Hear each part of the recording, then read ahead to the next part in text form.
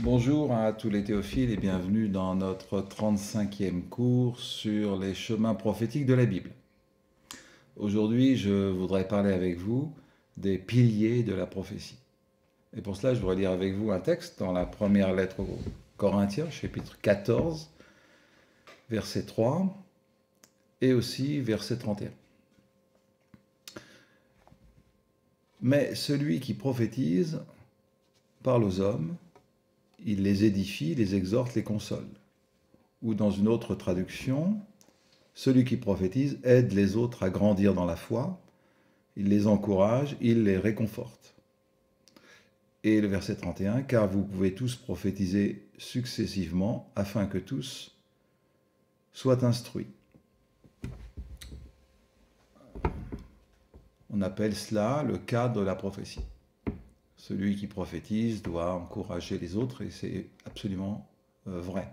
C'est comme un cadre avec 4 côtés, l'édification, l'exhortation, la consolation et l'instruction. Et je voudrais voir avec vous rapidement quelques éléments de ce cadre-là. Donc, la question qu'il faut se poser, c'est est-ce que ces 4 points forment le cadre à l'intérieur de laquelle la prophétie peut se mouvoir. À savoir si la prophétie n'est pas un encouragement, donc elle n'est pas dans le cadre, donc c'est pas de la prophétie. Voilà, c'est un peu ça l'idée. Alors, est-ce que c'est un cadre pour la prophétie seulement? Et on va s'apercevoir que, évidemment, non. C'est une très très mauvaise compréhension. Ça veut dire que ces 4 éléments ne sont pas le cadre de la prophétie, mais plutôt le cadre du royaume. C'est-à-dire que tout est fait dans le royaume de Dieu pour encourager, pour consoler, pour exhorter, pour instruire. Et la prophétie, elle s'inscrit comme moyen d'expression dans le cadre du royaume. Mais ces 4 points ne peuvent pas être considérés comme le cadre de la prophétie, mais le cadre beaucoup plus large du royaume. On va le dire comme ça. Dans le royaume, tout doit être fait pour consoler, tout doit être fait pour encourager, pour édifier. Et l'apôtre Paul le dira qu'il ne sort de votre bouche aucune parole blessante, mais plutôt une parole qui serve à la construction, à l'édification des autres ou la consolation. Donc, l'Écriture ne met pas de cadre à la prophétie, mais elle met un cadre à l'expression du royaume. Il n'en demeure pas moins que l'idée biblique, c'est que la prophétie se manifeste à l'intérieur de la communauté, bien qu'on ait vu que ça peut se manifester ailleurs, mais il y avait des précautions à prendre. Et je voudrais donc revenir avec vous sur les 4 points qui concernent la prophétie, parce que le texte parle quand même de la prophétie. Celui qui prophétise agit de cette manière-là. Alors l'édification, premièrement, celui qui prophétise parle aux hommes et les édifie. Alors tout d'abord, on ne parle pas aux oiseaux, on parle aux hommes. Il faut bien que les hommes nous comprennent. Ceci dit, l'édification, c'est la construction de quelque chose ou de quelqu'un. On construit une maison, un édifice, une personnalité. C'est bâtir quelque chose. Ça, c'est réservé à l'œuvre de Dieu.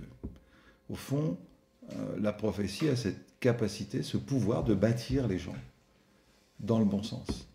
Évidemment, celui qui prophétise doit avoir en tête l'idée que sa parole va bâtir, mais en même temps, dans le sens positif, si je puis dire, actif plutôt, la prophétie en elle-même poursuit ce but de bâtir. Évidemment, puisqu'elle est parole de Dieu, elle a la mission, la fonction même intrinsèquement de bâtir ce qu'elle prononce. Au commencement, Dieu dit et les choses arrivent. La parole prophétique participe à cette expression. Lorsque nous retenons ce qui est bon, nous savons ce qui est parole de Dieu, alors il y a quelque chose qui se bâtit par elle-même, par le simple fait qu'elle se manifeste et qu'elle s'exprime. Le deuxième mot, c'est l'exhortation. Les différentes interprétations de ce mot sont la consolation, l'encouragement, le réconfort, la consolation dans la détresse, l'encouragement dans la foi. C'est une parole qui va permettre à un homme de dépasser le point de rupture, si je puis dire, mais sans craquer, en tenant bon. Donc c'est une parole extrêmement importante, et bon nombre de paroles prophétiques sont comme une, une, une sorte de poussette, si je puis dire, dans le dos qui va nous permettre d'aller au-delà. J'étais plus capable d'aller plus loin, et tout d'un coup, par la prophétie, quelque chose vient m'exhorter, m'encourager, quelque chose de plus fort que moi et de plus fort que celui qui me parle. Cette expression est extrêmement importante dans l'Écriture, on la retrouve un très grand nombre de fois. Un autre mot, celui qui prophétise, les exhorte, les console. Au fond, ces mots, comme souvent dans l'Écriture, ne sont pas séparés les uns des autres. Pas blanc, noir, rouge, etc. Ça ne marche pas comme ça. L'édification chevauche à un certain moment l'exhortation, et l'exhortation vient chevaucher la consolation. Bien qu'on puisse différencier certains éléments, malgré tout, ça fait partie d'un tout. La vie ne peut pas être séparée en tranches de saucisson. Donc il y a une certaine mouvance dans ces expressions qui font que les cloisons, encore une fois, ne sont pas si séparées, étanches que cela. Donc la consolation, c'est un mot grec qui, en plus de ce qu'on vient de dire, l'encouragement, etc., ça a le sens de se tenir proche, d'être à côté. C'est presque toucher celui qui est concerné. C'est pas seulement un coup de téléphone. C'est je m'approche, je me tiens proche, je me tiens tout proche, une sorte de proximité de caractère, proximité psychique.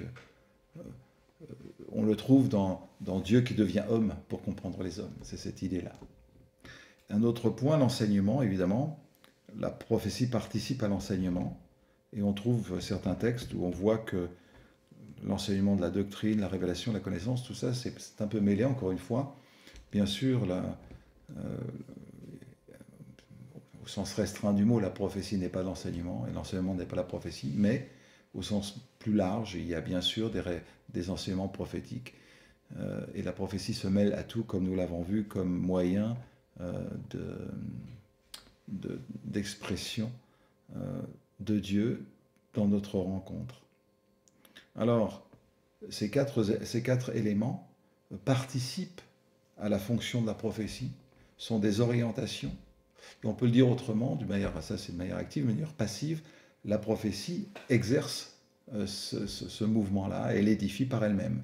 Le simple fait qu'elle soit prononcée, eh bien, elle produit cela. Et ce n'est donc pas le cadre de la prophétie, mais c'est plutôt le cadre de l'Église. Et ainsi, la prophétie ne serait pas là pour... plutôt, on ne peut pas enfermer la prophétie là-dedans, mais plutôt la prophétie serait là pour encourager l'Église à agir dans le cadre de ce que la Bible appelle le cadre du royaume. C'est une parole d'encouragement, et chaque parole prophétique a pour but de mettre plus d'édification, plus d'exhortation, plus de consolation et plus d'enseignement.